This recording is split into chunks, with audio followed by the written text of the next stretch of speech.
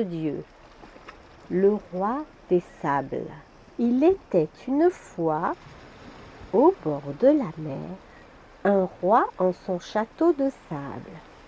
Là, dans ce royaume mouvant, il avait fait édifier tant de forteresses que ses sujets le surnommaient le petit roi bâtisseur. Ce n'était pas un roi serein, car le sable, dont sa demeure était faite, est un matériau friable. Des éboulements sans cesse obstruaient les galeries. Des pans entiers de murs s'effondraient sans prévenir, et des puits sans fond se creusaient subitement aux quatre coins du château.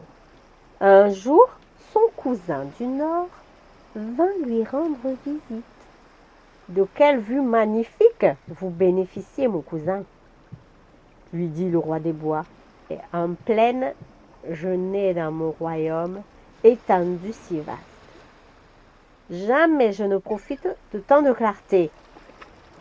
Combien de fois m'est-il arrivé de faire allumer des torches en plein milieu du jour? Sire, votre palace au soleil est des plus enviables. Hein ?» Pour épater son cousin, le roi des sables le mena jusqu'au donjon. Le paysage y était grandiose. À perte de vue, la mer, reflétant le ciel, dédoublait le soleil qui, à l'horizon, montrait son front. Le spectacle majestueux, sidérant, était cosmique. Le roi des bois se retourna vers son cousin pour le remercier de lui offrir pareil spectacle. « On m'a déjà reçu comme le prince que je suis. En mon honneur, on a organisé des banquets raffinés, donné des bals avec les femmes les plus belles, tiré des feux d'artifice somptueux. Mais jamais je n'avais ressenti telle émotion.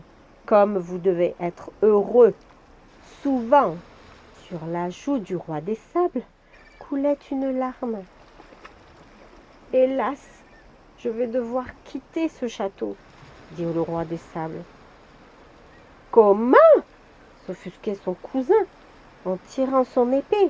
« Quel est celui qui veut vous déloger?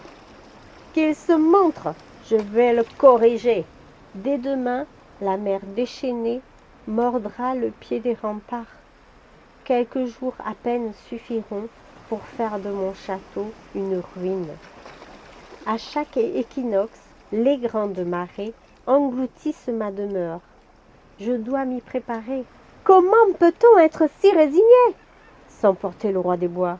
« Jamais, à votre place, je ne m'y résoudrai. Vous êtes-vous battu, au moins, avant de capituler?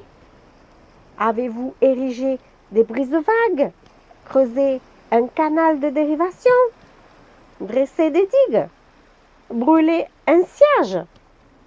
Criez!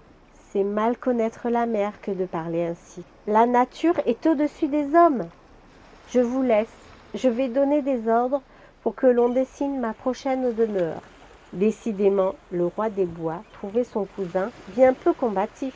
Avant de partir, il lui dit: « Cousin, je ne partage pas vos idées, mais si vous le souhaitez, je vous cède en mon royaume une parcelle de forêt qu'aussitôt nous ferons raser.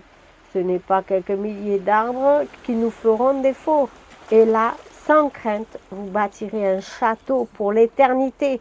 Dites un mot, que je commande à mes bûcherons d'affûter leurs haches. Tyr du Nord, merci pour votre bienveillance.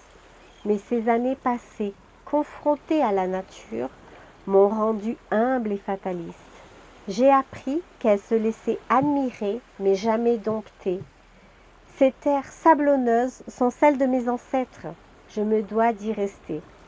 Mais ne croyez pas à un bien grand sacrifice.